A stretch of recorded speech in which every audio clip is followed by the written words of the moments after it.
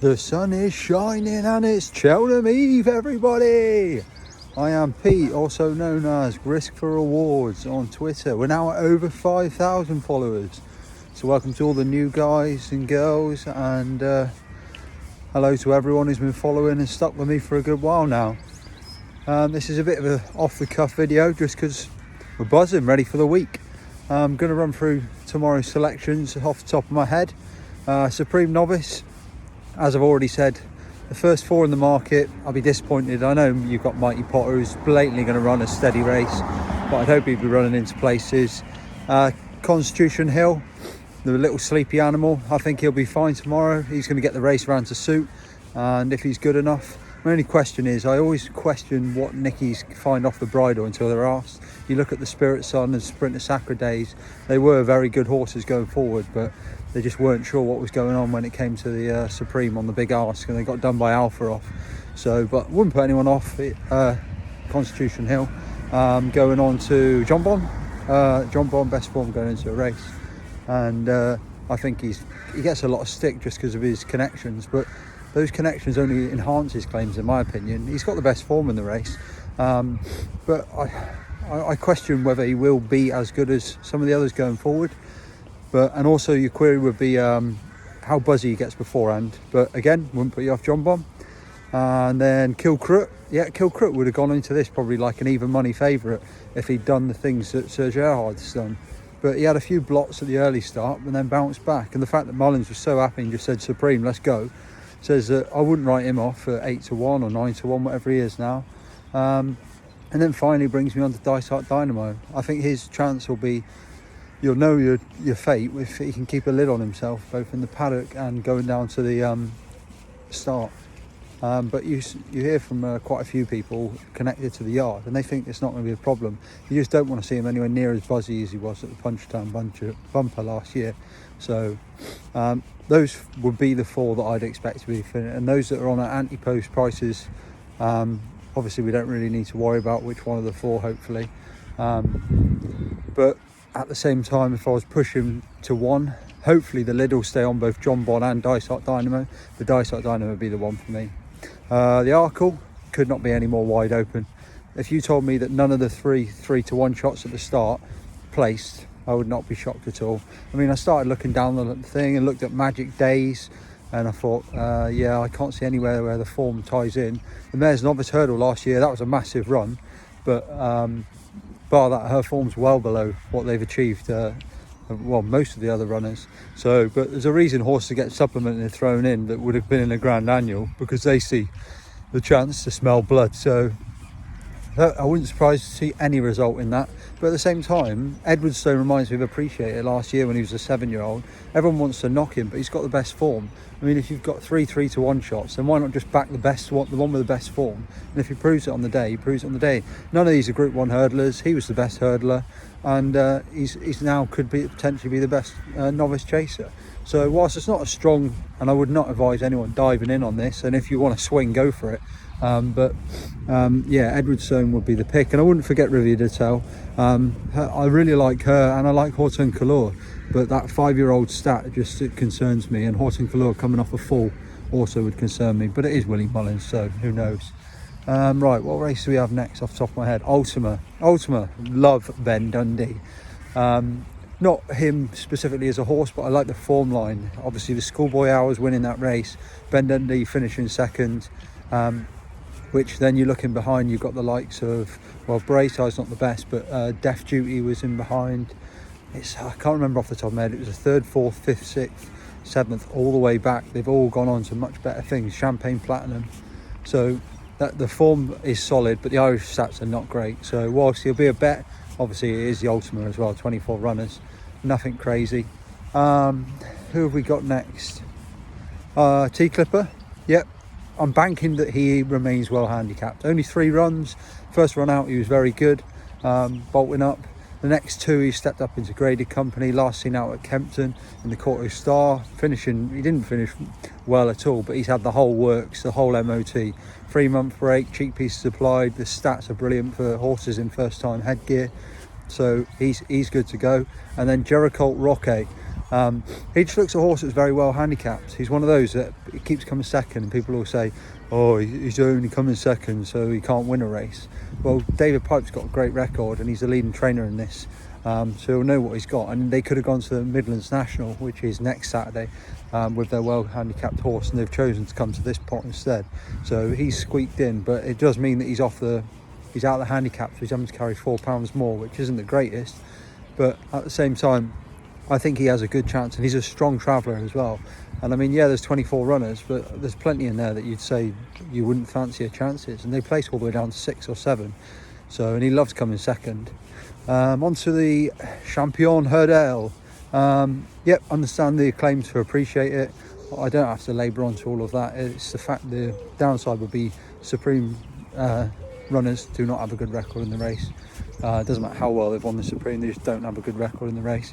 And also, no horse has ever won it without a prep.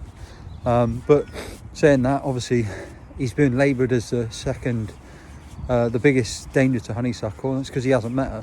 So, yeah, I'd fully expect that if there's going to be one that could blow this race to bits, it could well be him. But if there's one to blow out as well, it could also well be him. So, here's a few people are on at the 14 to 1 or whatever anti-post that we had from the end of last year. But I mean, it would only be a cover bet, because I would be so disappointed if Honeysuckle can't get the job done. I wasn't overly enamoured with her last time out run. I thought she looked a little bit laboured, but I mean, you're picking faults with a horse that's 6 lengths clear and looking laboured, and it's the only time she's ever looked a little bit laboured. But Henry might well have left a little bit of condition on her, knowing that she can like bounce up from that. So he may have left plenty to work on, and I'd fully expect her to come in firing. And I've played the race over in my head like a million times, and I think Rachel will go wide again and come down the straight, and I think she'll just stay out of trouble the whole race again. And yeah, you've got the likes of Tia Poo and like the Zana Hears and stuff like that, but I mean, I'll be very disappointed if something like that's winning this. Yeah, not for me at all. Moving on, we've got the Boodles, the Gaelic Warrior, the talking horse. The vibes are he's working at home with 150 rated horses. Obviously, he gets in here off 129. They thought he was going to be going in at 139, and they were going to be happy with that.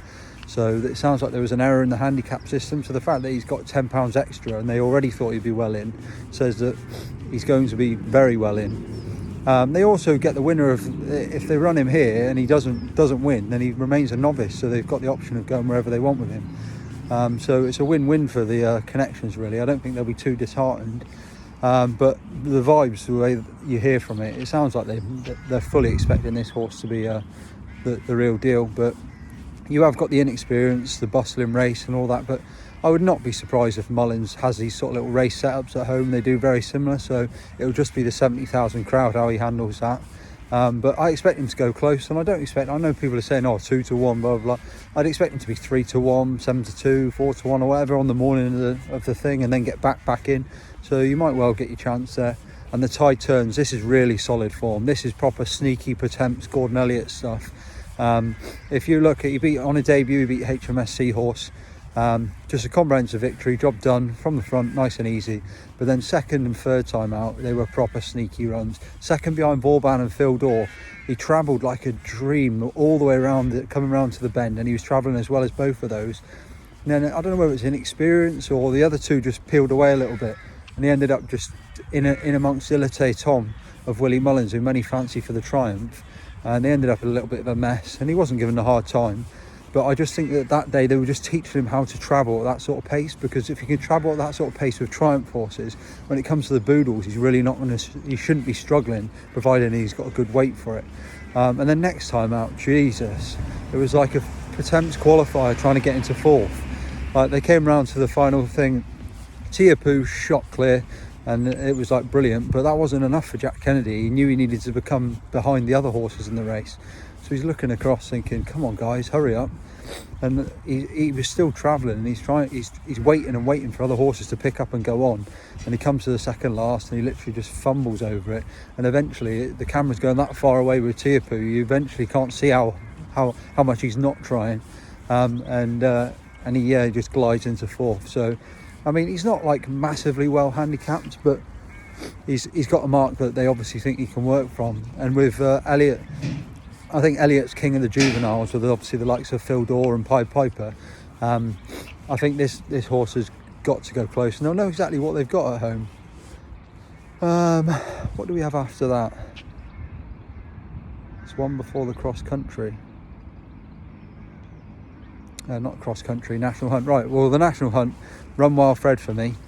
Him and Statler obviously head the market, but Statler just has like that proper fragile Mullins, this could be a Group 1 horse look to me, where they bring horses where they don't quite make it to the top level, but they bring him here lightly raced and they're not really sure. He does it with the advantage of, normally you'd have about 20 runners in this. It's like a little mini Grand National all stampeding, and it's quite a classy renewal this year. It's quite the opposite, there's only 7 of them, so it is very similar to the races he would have been running around in, like a 7-runner race in like Navan or whatever. So he will have his chance, he will have his followers, but it's Run Wild Fred for me. Second season novice chaser, great form. He's placed in all the big races, running in races like the Thaistes, and you don't get that sort of form anywhere else. Like there's something like Statler would absolutely blow his mind running in something like that, whereas Run Wild Fred's been there and done it, and he's already got the rating that he would win any of the National Hunt chases over the last few years. So yeah, whilst there's other potential improvers, he's a pretty solid pick of the favourites at the front, and people are knocking this renewal, and whilst it's not very littered with the amount of horses, at least there's I think it's 6 of them are all top level of the National Hunt. And then finally, I cannot remember what the last race is before the National Hunt, so I guess we'll call it there then. So good luck to everyone, good luck for the week. I'm going to try and do a few previews, probably walking in Cheltenham or walking out on video. But I'll be covering a lot of content, as in just throwing up any videos and pictures I can in the paddock. But I just don't know how much service we'll get there, so we'll see. But good luck to everyone this week. And let's hope we're taking some money and paying for a few beers from the bookmakers.